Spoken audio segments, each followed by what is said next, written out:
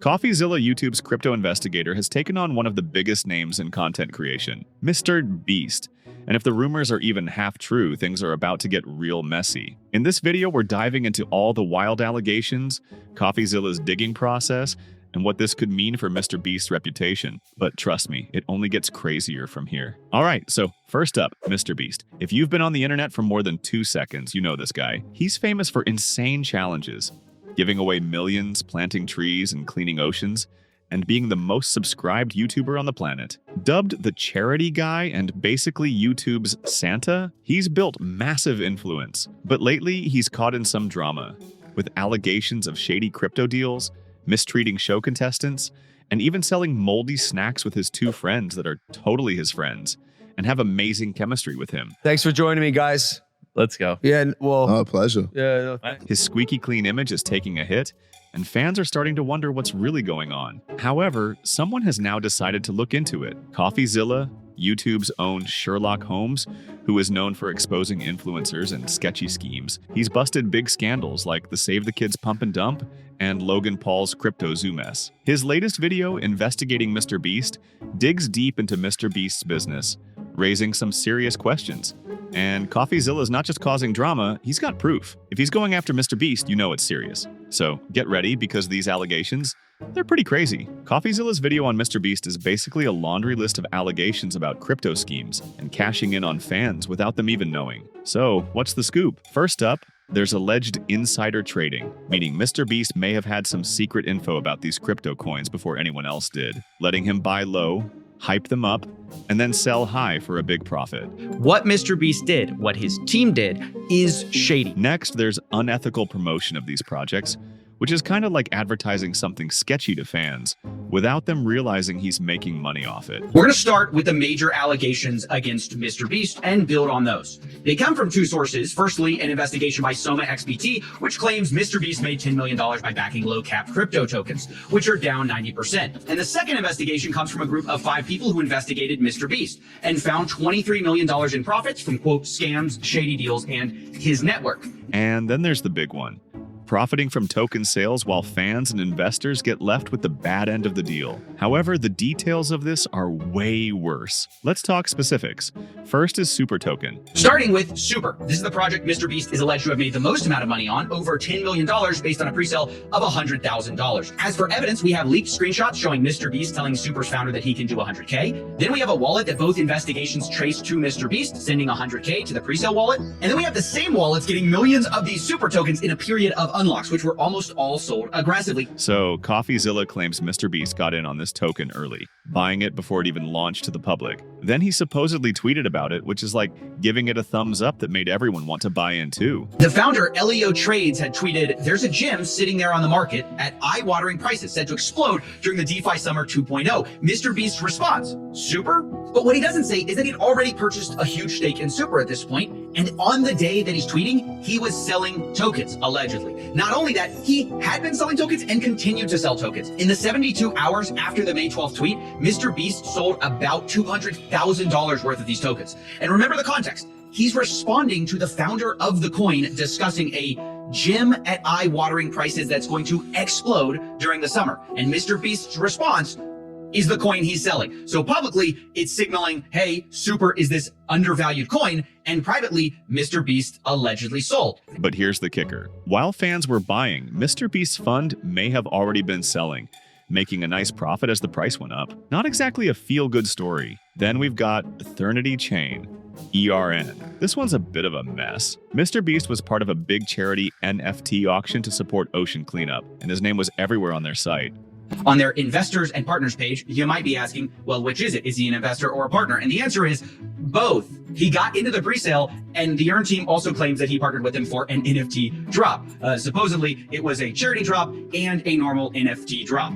But while fans thought they were supporting a good cause... Now, the charity drop specifically did happen in association with one of MrBeast's projects, Team Seas, saying, quote, all proceeds will go towards cleaning up the seas around the world. This was early November 2021. Then the official Team Seas account posted on November 3rd, 2021, quote, what an awesome crypto collaboration in support of the team. MrBeast's fund allegedly sold a bunch of ERN tokens while the charity auction was still going on. On November 30th, 2021, the Rocket Fund or Beast Fund or whatever you want to call it starts selling huge amounts of this ERN token. Allegedly, they sold over $2 million, while the charity itself was still going on. Not a great look for the charity guy. Mr. Beast is the charity guy. Finally, there's XCAD Network. Look, now I want to move on from that to talking about our final token, XCAD.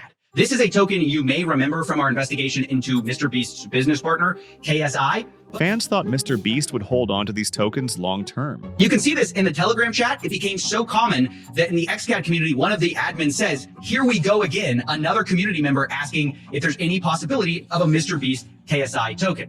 Especially since his brand was used to hype up the project. Once again, Mr. Beast's name was used to promote this instead of the fund itself. But instead, his fund apparently sold a big chunk of them way earlier than expected, leaving investors confused and disappointed. So yeah, CoffeeZilla's accusations paint a pretty rough picture. However, when CoffeeZilla started connecting the dots, it was clear that he didn't just look at some random internet gossip. He dove into crypto wallet tracing to see exactly where the money was going. And his brand name, Going Parabolic, happens to be owned by the same Mr. Beast wallet, goingparabolic.eth. Think of a crypto wallet like a digital piggy bank. CoffeeZilla tracked down wallets that seemed linked to Mr. Beast's team, and he followed the trail of tokens as they were bought and sold. This wasn't just a small buy-sell situation. It looked like major money moves, with tokens being bought early and then sold once they were hyped up. But CoffeeZilla didn't stop there. He collected screenshots and public statements as proof, including tweets from Mr. Beast's own account. As for evidence, we have leaked screenshots showing Mr. Beast telling Super's founder that he can do 100K. In some tweets, Mr. Beast seemed to give these tokens a thumbs up just as his team was selling them. And then there were leaked screenshots showing conversations between Mr. Beast's team members, hinting that they might have been in on these big sales all along. He also dug through community comments where fans talked about these tokens, showing just how much Mr. Beast's hype had influenced them. You can see this in the Telegram chat. It became so common that in the XCAD community, one of the admins says, "Here we go again," another community member asking if there's any possibility of a Mr. Beast KSI token. So, what does Mr. Beast have to say about all this? Well, at first, nothing. When CoffeeZilla reached out with all his questions, Mr. Beast kept quiet like he'd suddenly lost his Wi-Fi. Eventually, his team put out a statement, but it wasn't exactly a mic drop. They said that Mr. Beast himself wasn't actually doing the trading. Apparently, all those big buys and sells were managed by his fund managers, not him. Quote, "These investments were made and managed in consultation with industry experts to ensure full compliance with all appropriate rules and regulations. The wallet is not owned or managed by Jimmy, but rather a fund led by respected and sophisticated managers. The fund closely evaluated and scrutinized hundreds and hundreds of opportunities, which resulted in several investments. Some have been more successful, others less, and others still works in progress. The fund's investment strategies apply the same rigorous standards as many other experienced investors in the field." Basically, they're saying he's just the face, not the guy pushing the buttons. But CoffeeZilla wasn't buying it. To him, the response felt pretty empty, like it dodged the real issues. If Mr. Beast's name is plastered all over these projects, does it really matter if he wasn't the one clicking buy and sell? It leaves a big question mark about who's really responsible here. I mean, the hardest part about this whole situation is that I'm actually a huge fan of Jimmy. Mr. Beast's whole brand is built on being the good guy of YouTube, the charity king who's all about helping people and making a difference. So when his name gets used to hype up risky crypto investments, it's tough not to feel a bit let down. Like, how do you go from planting trees to promoting tokens that could totally flop? CoffeeZilla points out that even if Mr. Beast isn't the one pushing the buy and sell buttons, his name is super powerful. Just a mention from him sends fans flocking to invest, boosting the value which his team can then profit from. And here's the twist. It's like two different messages are being sent. Mr. Beast's brand shouts charity and helping the world, but behind the scenes his fund is raking in cash from high-stakes crypto deals. For CoffeeZilla, that's the core issue. Even if Mr. Beast isn't directly making the trades, his reputation is being used for profit. And it only gets messier from here. Alright, here's the thing. Jimmy's still super young, and honestly, mistakes like this happen. Especially when you're juggling a brand as huge as his. It's easy to wonder if this is just a team management issue. Maybe his crew got a little too focused on cashing in without thinking about the impact on his reputation. I mean, he's got so many projects going on that he probably can't keep an eye on every tiny detail, right? And let's be real, Thinking Jimmy is some evil mastermind out to scam his fans? That's pretty extreme. The world isn't black and white, and people aren't just good or bad. Jimmy's always seemed to genuinely care about helping people, so it's hard to believe he'd intentionally pull something shady. Most likely things spiraled, and his team didn't handle it well. Still, seeing him caught up in this feels weird, and it's a wake-up call for sure. But the real question is what he's going to do next. But hey, what do I know? I'm just a YouTuber with like 20 subscribers, but hey, if you're enjoying this, why not hit subscribe? Let's take this channel from 20 subscribers to, well, maybe 25. Every sub counts. So let's talk about what all this could mean for MrBeast. First off, his reputation. Right now, he's the YouTube good guy. The one planting trees, cleaning oceans, and generally saving the world one crazy stunt at a time. But with these allegations, plus a few other things floating around, like that interesting lawsuit from his snack company and rumors about moldy cheese, his squeaky clean image is looking a little, well, less squeaky. And let's not forget he's partnered up with KSI and Logan Paul. Two guys who've both had their fair share of crypto oopsies. Not exactly the dream team for squeaky clean PR.